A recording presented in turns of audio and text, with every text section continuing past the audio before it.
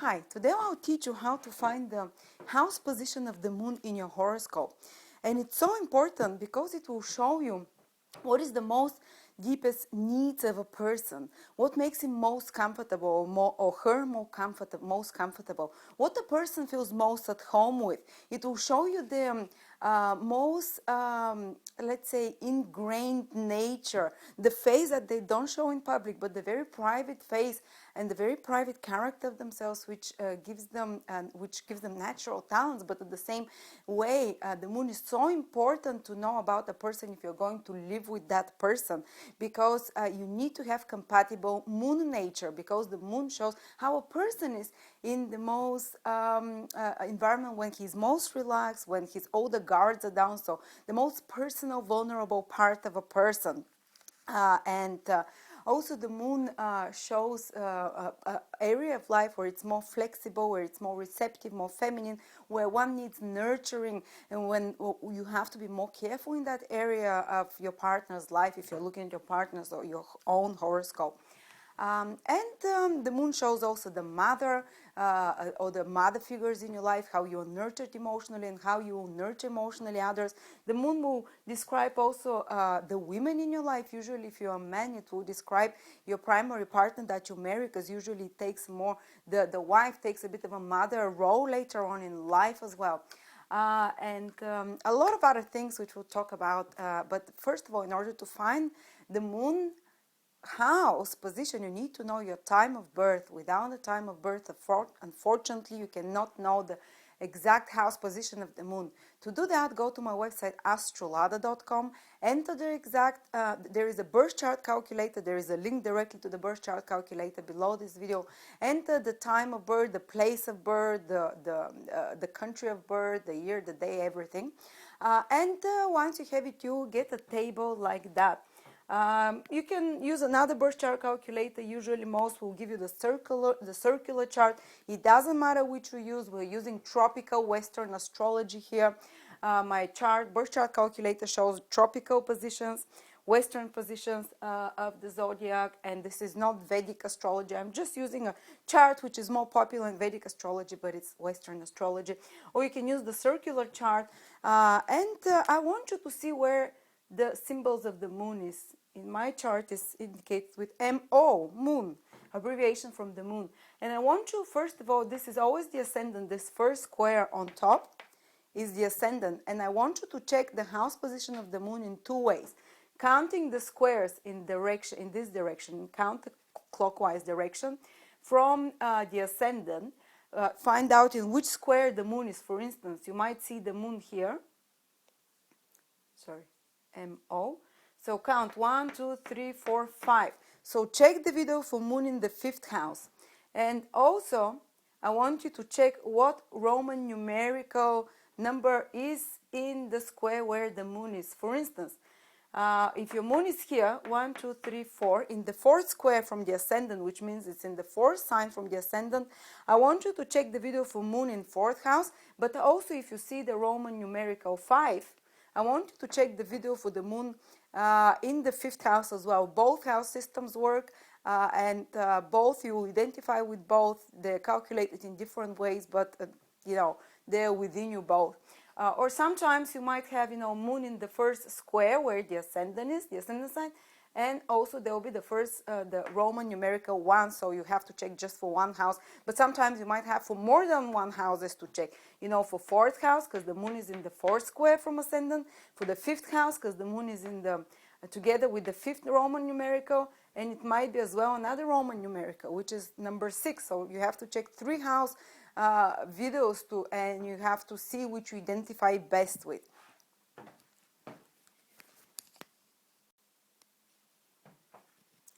Moon in the 3rd house. It will be if you see the symbol of the moon in the 3rd square from ascendant, which means it's in the 3rd sign from the ascendant, or where if the moon is with the 3rd Roman numerical, it might be in the 4th square.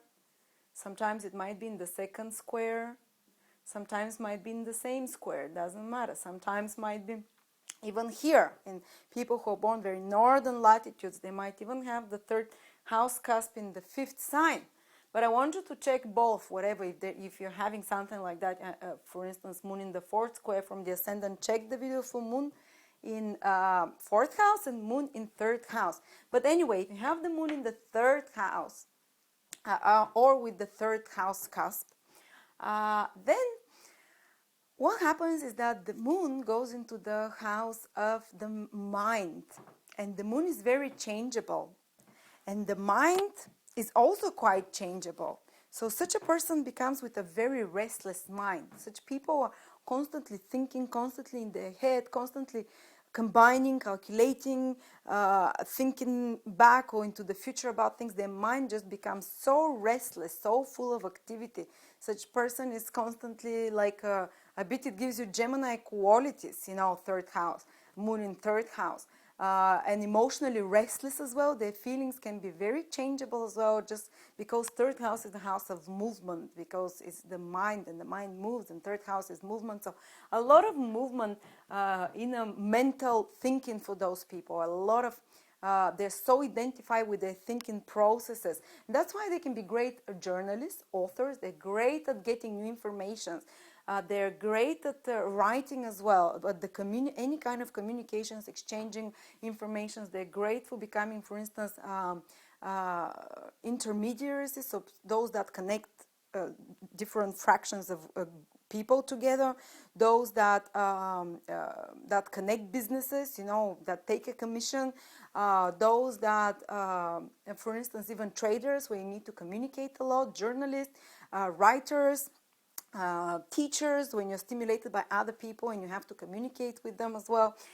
It's very natural. It feels very natural for those people to communicate, to express their thoughts as well. And something that is natural and you feel comfortable with, you can be very good for you for a career.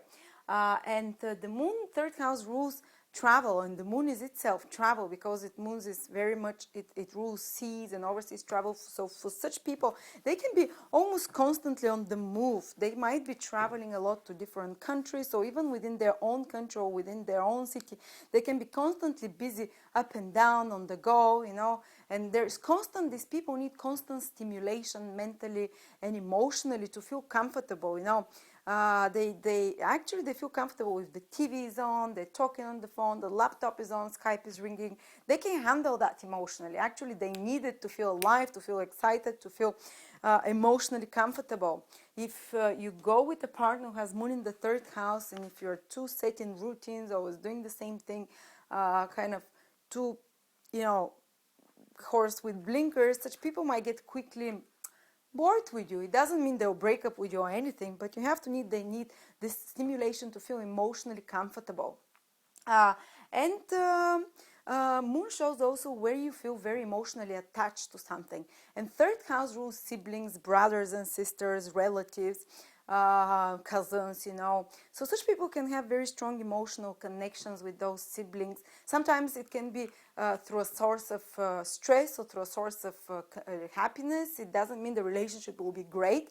For different ascendants, it will be different. For instance, for Sagittarius ascendant moon, or Sagittarius or Aquarius ascendant moon in the third house rules difficult houses. So the relationship with the brother or the sister or the relatives and siblings will be more disruptive, but they'll still feel emotionally quite attached to such people. They will be very important for them. Also, third house rules your teammates at work, for instance, people that you cooperate with. Such people with the moon in the third house, they can kind of find friendships and get emotionally attached to such people, to put a lot of heart in the relationship with such people. And also, as we said, the third house rules the mind, and the moon is very receptive, impressionable planet. The moon is a female planet, and it's receptive quality. So such people, they're like soaks. Whatever you tell them, they can remember. They can soak it up. Their memory will stick to what you tell them, and they will.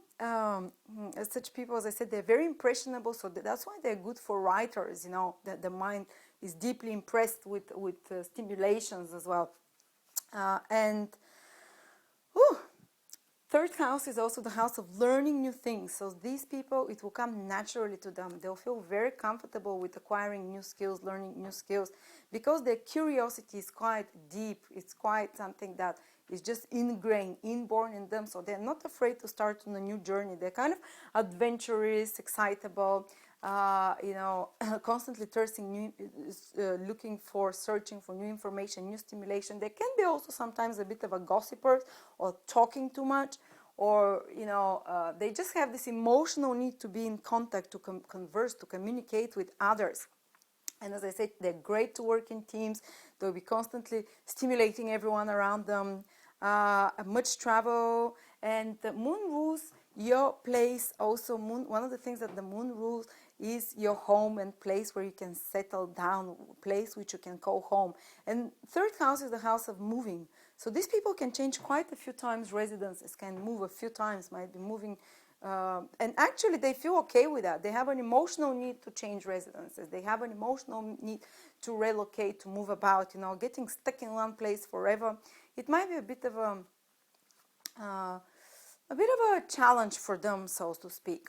And the mother, the moon also describes the mother or the major mother, nurturing figure, which might be a grandmother if the mother was too busy, or someone who played a mothering role in your life. The mother can be like that, a bit of a gossiper, talkative, informed, maybe connected to media in some ways, or just communicative person, with stimulation, with communication a lot in her life, mentally active type of mother. Well, I think that's a good position. Actually, in Western astrology, is considered one of the best houses for the moon, because it makes a person more active, mentally more stimulated, impressionable mind. So you have to be careful for such people what TV you allow them to watch or not, for such children sometimes, because everything they see, they soak up, and they get very strongly impressed. So be careful what you allow them to watch. It can very much influence their whole outlook on life, because the moon shows the lens through which you see life, and the medias and what they read in newspapers and magazines for such people will be, almost like a rule. They can almost soak it to the bones. So be careful that those children are surrounded by more mild and not aggressive type of media and information, sources of information in their life. Thank you.